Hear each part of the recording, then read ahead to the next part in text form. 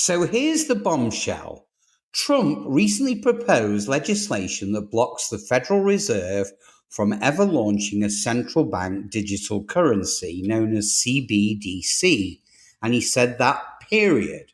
Now, according to public remarks from his campaign trail, Trump said, as your president, I will never allow the creation of a central bank digital currency. But it goes way beyond that. Now, the proposed law currently being discussed amongst the Republican lawmakers would instead create a legal path for decentralized, privately issued cryptocurrencies to thrive in the US. And that positions Bitcoin and Ethereum as the future of money in America. Now, this is not about banning digital currencies altogether, it's about who controls them. And in this case, Trump wants big government out and blockchain in. Now, supporters argue that this is the most pro-crypto stance ever taken by a leading US political figure, and it flips the power structure, taking currency creation and distribution out of the hands of central banks and placing it in the realms of open source code, private innovation, and market demands. Now, critics, however, argue that without regulatory oversight, this will open the door to massive financial manipulation, volatility, and wealth consolidation amongst crypto whales and hedge funds. But Trump is playing to his base. Americans who want less government, more privacy, and the ability to opt out of an increasingly controlled financial system.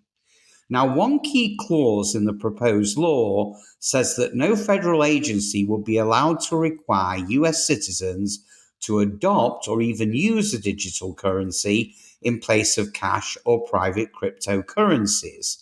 Now, that means if the Fed ever tries to impose a mandatory CBDC, well, this law could stop it cold. So let's get real for a minute.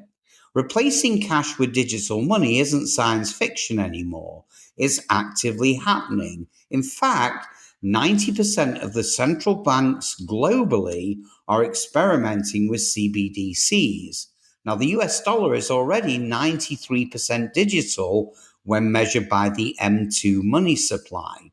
Even the IRS has begun preparing for crypto-based tax enforcement. Now, under Trump's proposal, instead of the government creating a centralized system like, say, China's digital yuan, well, he's laying the groundwork for a decentralized future where private firms could issue stablecoins, potentially backed by the US Treasury or even gold. But here's the twist. If the law passes and cash is phased out, every transaction that you make could live on a blockchain forever. Now, this raises a pivotal question. What happens to those without digital access? We're talking rural Americans, the elderly, and unbanked communities. So millions of people still rely on cash to survive.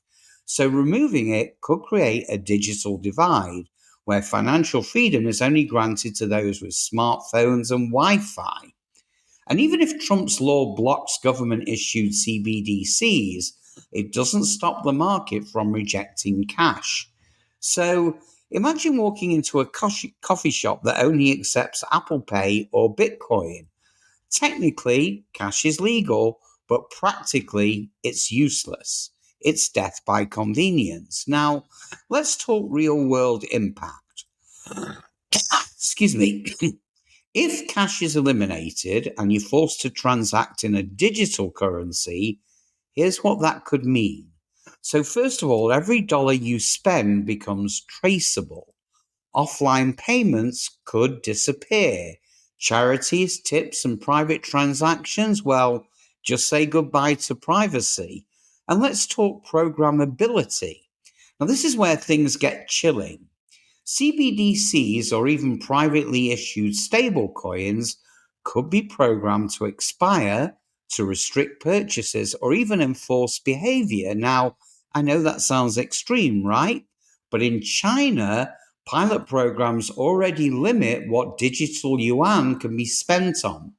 In theory, a programmable dollar could be coded to block unapproved spending, say on things like guns, supplements, or even political donations. Now, while Trump's law tries to block these dystopian features, nothing is stopping corporations or app developers from embedding similar controls into private wallets or platforms. In fact, even your bank could begin denying purchases based on ESG scores, social trends, or political leanings. Now, this is where ideology, technology, and finance all merge, and it's a battleground few people even realize is forming. So, several analysts believe Trump's plan secretly favors Bitcoin, but there's more to it. In fact, a quiet movement is growing behind tokenized US assets, where each digital token represents real world backing, like, say, treasury bonds, oil, or even gold. Now, these asset based stablecoins could become the new default for savings, payroll, and even mortgages.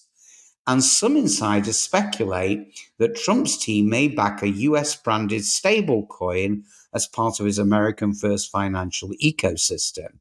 So think of it like a patriot coin, not government issued, but carrying the full cultural and political support of Trump's MAGA base. Now, this could disrupt traditional banking, it could drive up blockchain development, and it could even cause capital to flow out of traditional fiat currencies into private crypto networks, especially if Trump is elected and doubles down on deregulation. But it's also incredibly risky because if these stablecoins collapse, well, millions of Americans could lose everything without FDIC protections. Now, unlike traditional banks, most crypto wallets offer zero recourse when things go south. So the big question is, what should you be doing right now? Well, here's a list. First of all, educate yourself, not just about crypto, but about how digital finance changes freedom itself. Start reading the actual proposed bills, they're public. Understand phrases like wallet compliance, programmable transactions, and permissioned ledgers. Now, this isn't just about money, it's about power and control. If the dollar becomes code, well, the coders rule the economy. Your best defense? Diversify. Maintain some physical assets, explore decentralized wallets, and stay nimble.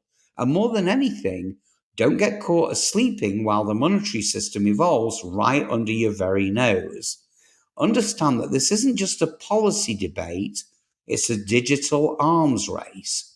So whether we end up with a Fed coin, a Patriot coin, or a Bitcoin standard, one thing is very clear. The era of untraceable cash is now ending. And what replaces it will determine whether we live in a future of financial freedom or programmable control. So which side of history will you be on?